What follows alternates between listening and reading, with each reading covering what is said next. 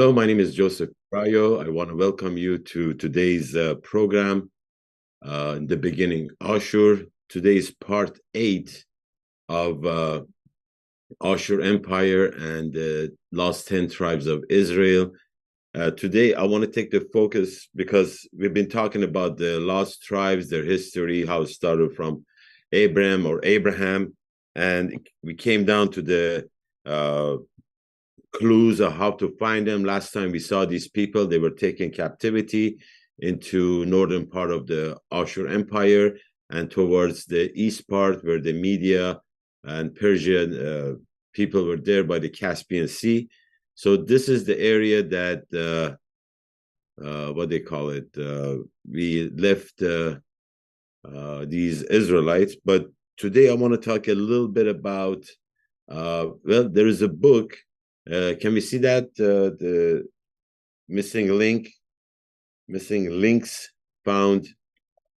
Can we make that bigger, because there is a portion of that I want to show the people here that there is a. It says in the Assyrian tablets. So if you make it bigger, underneath the Assyrian tablets there is a writing. I don't know if you can see that. My screen is a little small. And it says the remarkable discovery of Assyrian tablets that revealed the fate of the long lost tribes of Israel.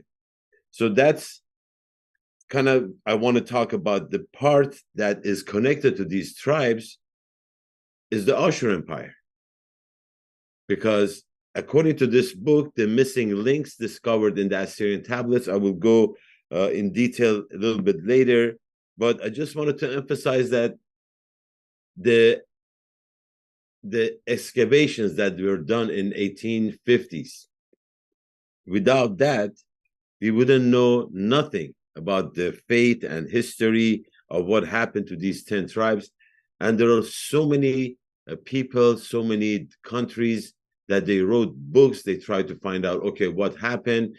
When did it happen? How they end up? Regardless of who these people are and what country that they are from, and trying to find the lost tribes of Israel, the name of Ashur. Of course, in English, they write it Assyria. Somewhere, somehow, we can hope that someday the true name of our nation is going to be used. But the Ashur Empire is always mentioned regarding connection with the lost tribes. Now, in this book that we have here, Missing Links Discovered in the Assyrian Tablets, it's written by E. Raymond Capt. He was an American. He loved to do biblical anthropology or history, and somehow he ended up writing a book, and one of the books, many books he has written. So I want to read the preface of the book here. It says, for centuries, our most famous seats of learning, universities, colleges, and theological institutions have been at a loss to solve the question, what was the ultimate fate of the so-called lost tribes of Israel in Assyrian captivity? And it says, although there is an abundance of prophecy in the Bible concerning the destiny of the house of Israel, there is no record of its history in exile.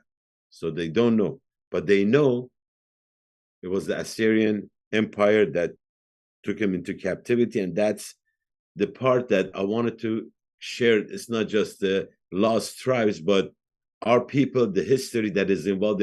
They're bound together. And in Isaiah 19, there is a day of the Lord that says there would be a nation named Ashur, and there would be people going from Ashur to Egypt, from Egypt to Ashur, and Israel would be the third among them, and they will be blessing on earth. This is Isaiah talking. At that time, Israel was in captivity or going into captivity. And for over 2,000 some years, there was no Israel. Now we have Egypt was always there. Israel became a nation in 1948, even though all of it is not there, but that's when we go further in the lost tribes, the only one left in this formula is the nation of Ashur. And it's amazing that when we want to talk about certain subject indirectly, specifically in this case, we deal with the Ashur Empire. Now, there are some comments here that is being made, but let me just read that. So it says the prevailing theory held by modern theologians is that they were cast away, simply integrated with the people of the lands of their captivity. However, such conclusions are in contradiction to the everlasting covenants God made with Abraham and his descendants. If you remember, the numbers will be sea, sand of the sea, stars of heaven, many nations and kings, so royal bloodline. Then from the bloodline of David would always be king on Israel, right? So all these covenants God made with Abraham, if they just integrated, boom, throw Bible in the garbage, if that's what happened. Also, the prophets Hosea, Amos, both foretold of the Israelite captivity. They made it very plain Israel would not be lost forever, but would eventually be restored as a nation. Seemingly, the ancient Assyrians alone held the answer to this biblical problem. But they and their kingdom have long since passed away. I'm sorry to tell you, Mr. Raymond Ecap, maybe the kingdom has passed away, but we are still here. Unfortunately, some mistakes are being made in this book. One of them is that it says that we have long since passed away. I'm here. Assyria TV is here. A whole bunch of us still alive. And we have our name, we have our language, we have our culture, we have everything. We don't have unity, but it'll come later, I hope. So it says up to the middle of the 19th century, the student of ancient history had little or no knowledge of the Assyrians except what the Old Testament and the Greek historians could give him. From the Bible, he knew that Nineveh was the capital of a cruel and powerful nation whose people God used to punish Israel for her idolatry and disobedience. The names of the Assyrian sovereigns, Tiglath-Pileser, Shalmaneser, Sargon, and others, one of them would be Ashurbanipal, the greatest king ever. It says the names of the Assyrian sovereigns, gives the names Tiglath-Pileser, Shalmaneser, Sargon, and others, were remembered as being synonymous with violence, cruelty, and sadistic killings. Let me stop right here for a second. I try to keep it as civil as possible.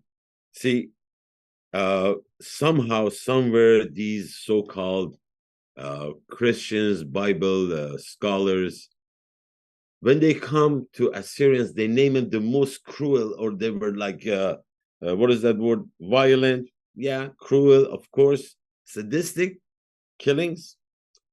There is another empire, the Roman Empire, and they're known. The only thing we have left from them is the roads that they made, that they're still usable. You know, they did some irrigation, things like that.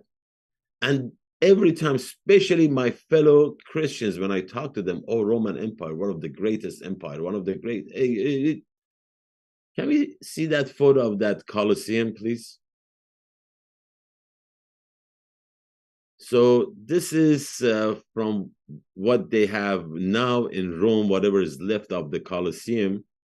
Let's just show the Colosseum, please, not me. Just let's concentrate on civilized, civilization, Romans, and whatever you want to call that, because the Assyrians were cruel, violent, and sadistic killers, right? Okay, this is the Colosseum. This is the Roman Empire that everywhere you talk about, oh, the Romans, they were the great civilization. What was that Colosseum made for? What, to order pizza or go have spaghetti and meatballs? What the hell was that place for? Huh? Before Christianity, they used to fight these gladiators. People would yell, thumb down, thumb up, kill Roman civilization. Yeah, they're not cruel. They're not violent. They're not sadistic. Then when Christianity came, They would throw these Christians inside the Colosseum and the wild animals. They would throw arrows at them, spears, whatever they could. So when I read, I mean, Raymond Cap has passed away. May he rest in peace. But when I come to these, I have to just plain explain what is like the big picture. They just focus on Ashur. And when this guy is writing back in 1850s, there was such a rich like history that came out of under these mounds in northern Iraq of today. British Museum, Louvre Museum, Berlin, we have New York Metropolitan. All over the world, they have all these places, not mentioned in Baghdad and northern Iraq. A history came out that they found out Egypt is no longer the cradle of civilization. Ashur, the people that we have proof of what they have done, these tablets. And this is what the guy is telling us. Missing links discovered in Assyrian tablets, not Roman tablets. And of course, the cruel and violent and sadistic killers. You want to know about a true sadistic killer that they are Christian, supposedly Christian? Have you heard of the Spanish Inquisition? Who was it done by? It wasn't done by these so-called pagan Ashuris, as they call us, even though we believe in the unseen God Ashur. I want to share a couple of these photos that we have about the tools that they were used by these Christians, these Roman Catholic, Vatican power, whatever. This used to be called Iron Maiden or something like that. Can we just show that without my face? I want people to see. We were talking about sadistic killers. We were talking about the history of what is happening in this world. Can you put that Iron Maiden please? I want people to see who's the freaking sadistic killer here. These are Christians. And who they're killing, other Christians and Jews too. From what I believe, Inquisition, it wasn't just about the Jews. Sadistic killing. They came up with ways to torture other people. These Christians, Roman Catholic Christians, anybody is telling them sadistic killer is the Pope or any of these. There was one time they had like 2-3 popes. They're infallible. I didn't mean to go that direction. I wasn't talking about the Ashur Empire and the lost tribes, but there is a clearance we have to be made here. Because unfortunately, some of my Ashuri people, they believe in this nonsense. And they call us pagans. They call us like Hempe. No, you believe in this passed on as Christianity. This is sadistic. These are the sadists. You want to rule, you have to be cruel. That's the law. How can you have an empire? Oh, Ashur Empire was this. How about recently? How about the British Empire? They were very nice to everybody, right? There was a time that they said the sun does not go down on the British Empire because they had colonies everywhere. That empire was not violent, cruel, sadistic. You want to ask these Africans, South Africa, what they did to them, Zulus? Huh? So just wanted to, before I follow with what we're having here, who's sadistic, who's violent, cruel. They were an empire, they were cruel, they're violent, they had to take care of the business like every empire existed, including the Babylonians, the Egyptians, Egypt, Ashur, Babel, Persia, Greece, Rome, all these other ones, British.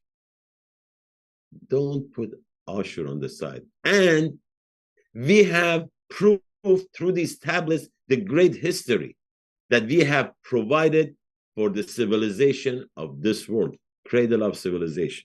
Anyway, I didn't want to go tangent on that part, but you know what? Sometimes, that blood is being boiled by this nonsense. I mean, Mr. Cap, I really appreciated that you've written this. May you rest in peace, and providing us with these information that we can follow and find these lost tribes. Thank you for writing this book, but I don't appreciate some of the nonsense that you have made here.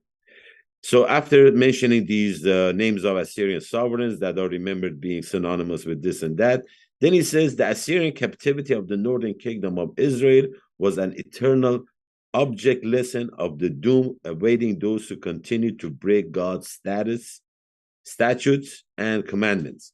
In spite of the terrible experience of the northern kingdom of Israel, strange to say, the southern kingdom of Judah did not learn its lesson or heed the warning. The scriptures state that they continued to sin even more than the northern kingdom, so we find the same punishment being meted out to Judah when greater part of the southern kingdom of Israel was also carried away captive to Assyria. It wasn't just the 10 tribes. There were some Jews from the southern, they were carried away. Then he keeps going, and the preface here. And chapter 1, I'm just going to give you the title.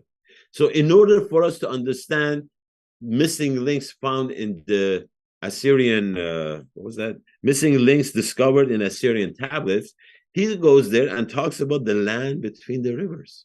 He has to explain who these Assyrians are. What is their history? Where they came from? And he gives the the irrigation photos and excavations that they have done over there. I'm just want to go quickly into the what this author is talking about here. Different who was the, let me see, there was that photo that he has here. Let me just show it to you. This book is falling in so many pieces. Can you see that? Yeah. So it says bronze head of King Sargon of Akkad, which is believed to be the founder of the Ashur Empire. And this keeps going on and on and on. And the bigger part of that, the first 3 chapters, is about Ashur, about the empire, about who they were, what they did, the civilization. At least kind of he made up for the part of the sadistic killers, but I still don't appreciate that. It's not that you're trying to hide anything. Don't separate us away from other empires, especially the Roman Catholic Empire, the under name of the Jesus Christ that did all these atrocities. Anyway, so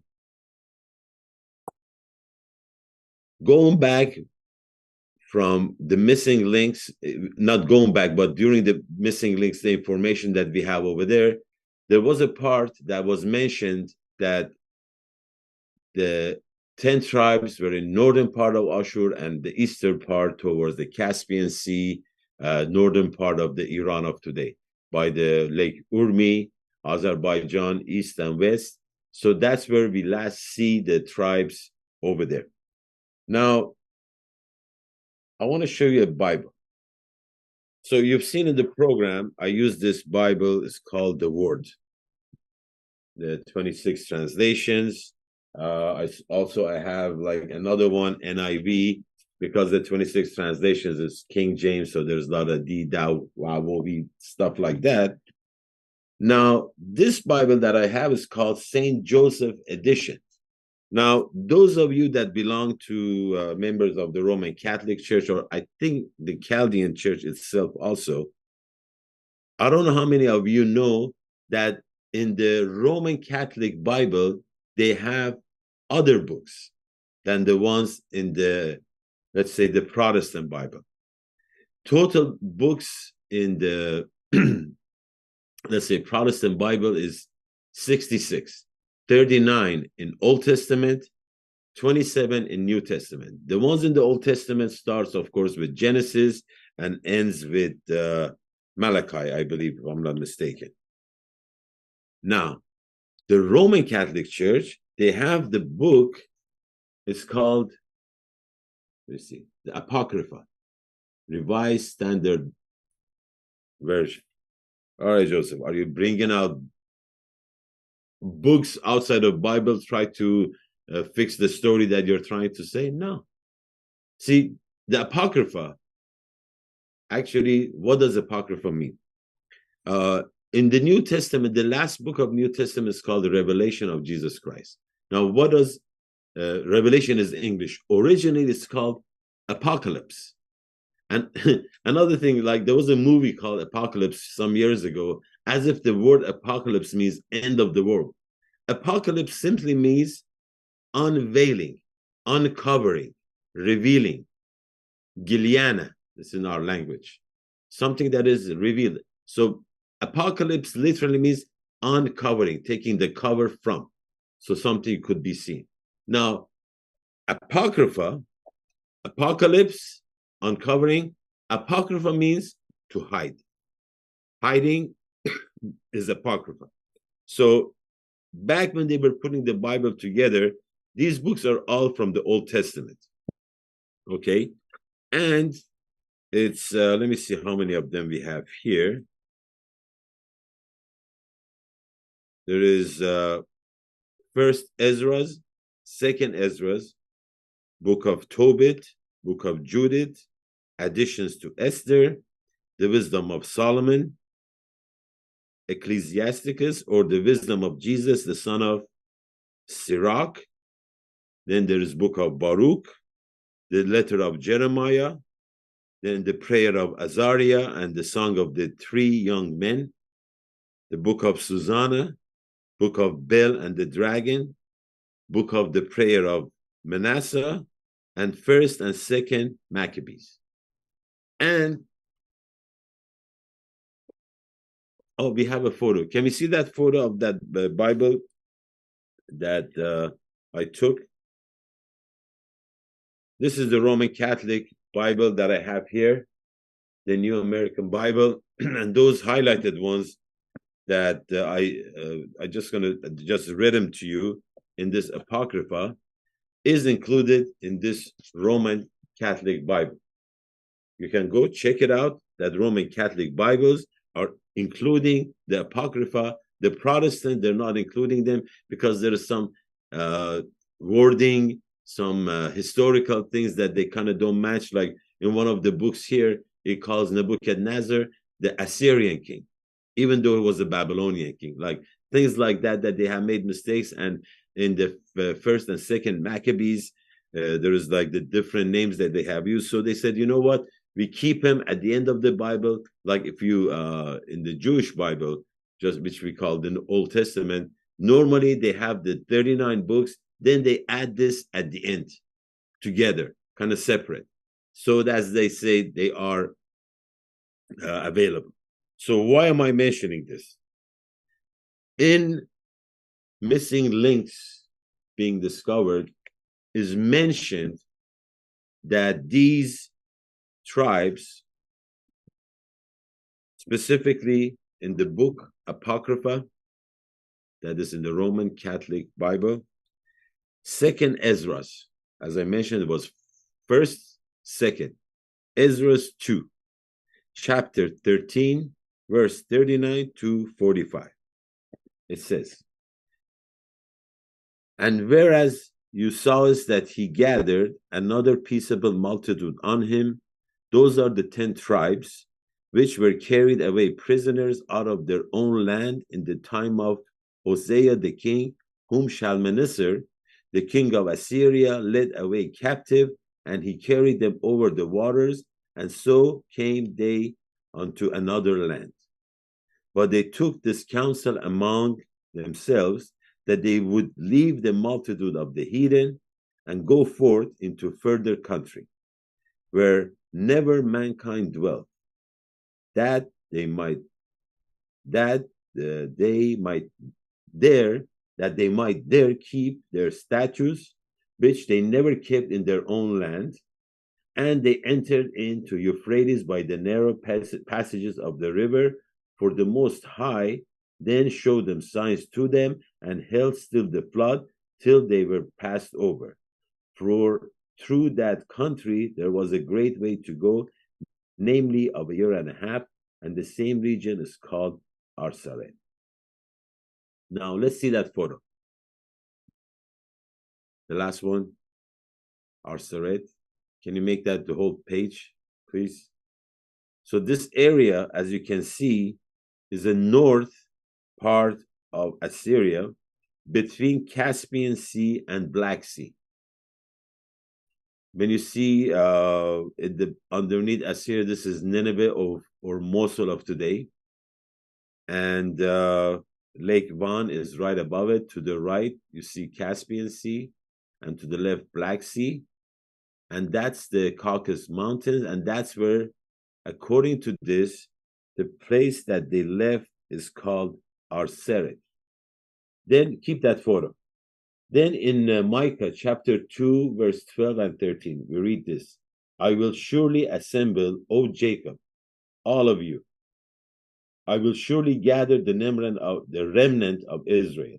I will put them together as the sheep of Bozrah, as the flock in the midst of their fold. They shall make great noise by reason of the multitude of men. The breaker is come up before them. They have broken up and have passed through the gate and are gone out by it. And their king shall pass before them, and the Lord on the head of them. This is the king that we discuss next program, because we have multitude of nations and king's royal bloodline through Judah, through David. They should still rule as kings over Israel. Again, when they're not fair to our people, Ashur, and they call us cruel, sadist, violent, or whatever. After we became Christian, we lost kind of our mojo, because the teaching that was given to us was turning the other cheek, which is not true. That's another program. Hopefully I can cover that. But dedicated for the past 2,000 years, our people have been dedicated, unfortunately, by the wrong teaching, false teaching, either was done on purpose or not. That's beside the point. But we have been peaceful, loving. We've been slaughtered. They've been trying to get rid of us. Even now, in the land that belongs to us, the foreigners, they're trying to get rid of us. However, the word of the Lord, there is a day coming. We are still here. And as we do always at the end of the program, in the name of Ashur, Chaya, Mabgila. Thank you for watching. God bless. Sheikhani.